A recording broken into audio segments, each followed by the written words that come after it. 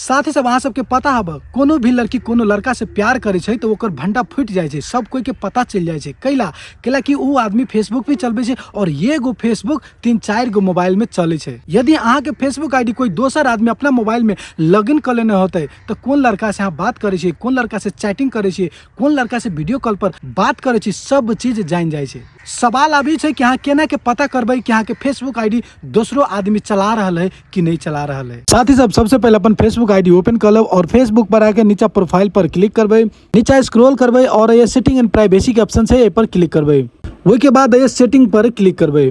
वही के बाद सी मोर इन अकाउंट सेंटर पर क्लिक करबे, वही के बाद पासवर्ड एंड सिक्योरिटी पर क्लिक करबे, वही के बाद वेयर यू आर लॉगड इन पर क्लिक करबे, वही के बाद ये प्रोफाइल पर क्लिक करबे।